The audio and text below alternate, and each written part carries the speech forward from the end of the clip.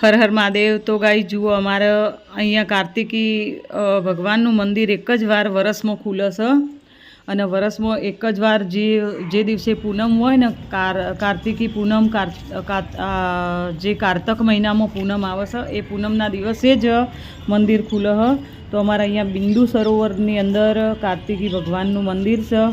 તો અમે પહોંચી ગયા છીએ બિંદુ સરોવરમાં। તમે પણ કોઈક દિવસ આવો તો અહીંયા બિંદુ સરોવરની મુલાકાત જરૂર લેજો। ઘણા ખરા તો આવી જ ગયેલા હશે, મારો બ્લોગ જોતા હશે, પણ તમે પણ એકવાર મુલાકાત લેજો। કાર્તિકી ભગવાનના દર્શન નહીં થાય પણ બીજા બધા ભગવાનના 33 કરોડ દેવતાઓનો વાસ છે અહીંયા, તો બધા ભગવાનના દર્શન તમને થઈ જશે।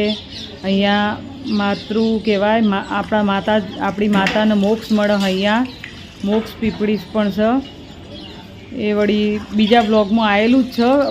ગઈ સાલનો બ્લોગ છે ને એમાં તમને તો એ પીપળીના મેં દર્શન પણ કરાયા છે તમને, મોક્ષ પીપળીના।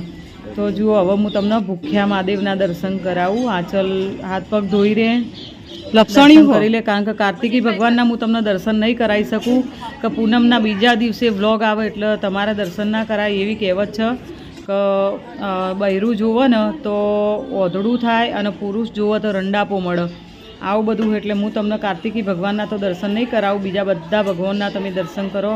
અને એક બીજું કે હું તમને ભૂખ્યા મહાદેવના દર્શન કરાવું। હવે તમે જોજો ભગવાનના પેટમાં કેટલો મોટો બધો ખાડો હ, તમે જોશો ને એટલે તમને લાગશે ભગવાનના આગળ વસ્ત્ર ઓઢાડેલું હ। એટલે હું તમને એ વસ્ત્ર તો આઘું પાછું ના કરી શકાય, પણ અમે ખુદ વસ્ત્ર આઘું કરી અને અમે જોયેલું હો કે ભગવાનના પેટમાં બહુ જ મોટો બધો ખાડો હોય, એમનું નામ જ ભૂખ્યા મહાદેવ હ। તો જો અમે આ કાર્તિકી ભગવાનના દર્શન કર્યા। આજનો દિવસ મંદિર ખુલ્લું હતું એટલે દર્શન કરી લીધા। અને આજના દિવસના દર્શનમાં એવું હોય કે તમે માગો એ તમને મળે, એવું છે કે પૂનમના દિવસે ભગવાનનું મંદિર ખુલ્લું હોય, ભગવાનને વરદાન આપેલું શંકર ભગવાને કે આજના દિવસમાં તમે જે માગશો ને એ તમને મળશે। અમારી તો હર કોઈ મનોકામના પૂરી થાય। હું તો છોકરોની, પરિવાર આપણા, એમની હર કોઈ આપણા લગતું હોય એમના બધાની હું પ્રાર્થના કરું કે હવનું સારું કરજે ભગવાન, બસ નિરોગી રાખજે અને બધી રીતે સુખી રાખજો, બસ એમ આપણો પુત્ર પરિવાર બધું સુખી રહે। હવે જુઓ હું તમને બતાવું કે ભૂખ્યા મહાદેવ બતાવું, તમે જોજો અંદર લખેલું જ છે કે ભૂખ્યા મહાદેવ। જુઓ આ વસ્ત્ર રહ્યું ને એના નીચે ભગવાનમાં બહુ જ બધો પેટના બહુ જ બધો ખાડો હ। એક પેડો પડ્યો તો લેવાની ઈચ્છા થતી, પણ મેં કીધું ભૂખ્યા મહાદેવને આપણે ચો લઈએ।